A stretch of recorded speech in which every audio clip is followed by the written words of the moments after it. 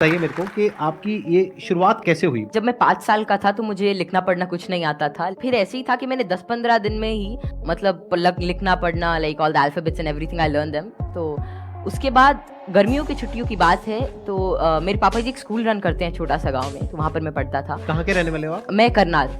अच्छा। जी, तो वहाँ पर एक जैसे हॉलिडे होमवर्क देते सबको एक जनरल कि आपको जो वर्ल्ड मैप होता है, एटलस होता है, अगर जिन-जिन को अच्छा लगता है आप वो करके आना, आप मतलब उसे समझ के आना। तो फिर ये मेरे दादाजी ने कहा, फिर पापा जी ने कहा कि तो मैं भी कर सकता हूँ। तो पहले ही दिन मैंने देखा तो I got into it and I learned it. मैं उसमें सवाल पूछता गया और जितने भी मेरे कुछ भी मन में रहता तो वो सब आता गया एंड विद इन 20 डेज और something I got used to it और मुझे बहुत ही अच्छा लगने लगा एंड जितना भी वर्ल्ड मैप वगैरह इस टाइप की रिगार्डिंग जितनी भी चीज़ें होती हैं पॉलिटिक्स इकोनॉमिक्स वो सभी मुझे मतलब things were very easy for me and उसी के बाद से लोग कहते गए कि नॉलेज बढ़ता गया और तब से मतलब यही है कि सीखने का प्रयास कर रहा हूँ कुछ भी नई चीज़ मिलती है like currently I am a student of 11th grade but I am learning things like astrophysics and quantum mechanics तो I am not very into it but I like to study it and जितना भी मेरे से हो सकता है मैं उसके अंदर कोई नई चीज़ देखने का प्रयास करता हूँ और कोई नया सवाल पूछने की कोशिश करता हूँ क्योंकि जितनी भी ज़्यादा क्वेरीज जितनी भी ज़्यादा माइंड के अंदर जो भी कोई क्वेश्चन आता है I try to get it forward और वैसे ही सारी चीज़ें आसान होती रहती हैं। I try to dwell myself deep into it क्योंकि कोई भी फील्ड इस टाइप का I think that they need one thing that is really important for them that is questioning क्योंकि जितने ज़्यादा आप अलग टाइप के क्वेश्चंस पूछते हो उतना ज़्यादा आप उस चीज़ को अच्छी तरीके से समझ सकते हो।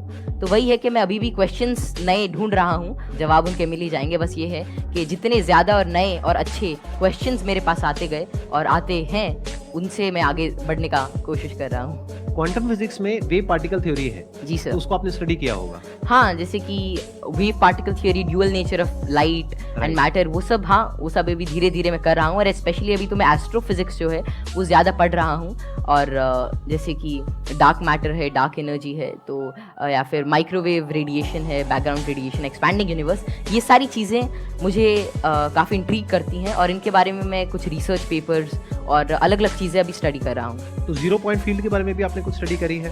नहीं, अभी ज़्यादा नहीं, अभी मैं जनरली जैसे अभी मैं टाइप 1A सुपरनोवा और उनके जो एक्सपेंशन है, लाइफ साइकिल ऑफ स्टार, उनके बारे में अभी मेरी रीसेंट स्टडी चल रही है।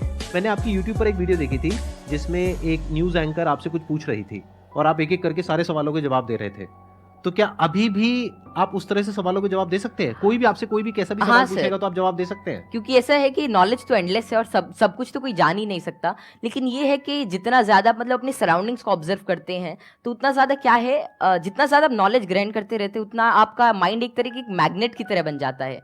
और उसके बाद कोई भी इन्फॉर्मेशन, कोई भी चीज़ वो आपको आती रहती है और ऐसा है कि बहुत सारी चीज़ें मेरे को नहीं भी पता होती और मैं उनको सीखता हूँ। अगर मानो कोई नई चीज़ मेरे को आज पता चलती है, तो मैं उसे सीखूँगा और that would be like great for me. तो कोई भी चीज़ I always like to entertain and get new answers and new questions क्योंकि उसी से ही एक नया फील्ड, एक नया पर्सपेक्टिव मेरे लिए ओपन हो जाता है।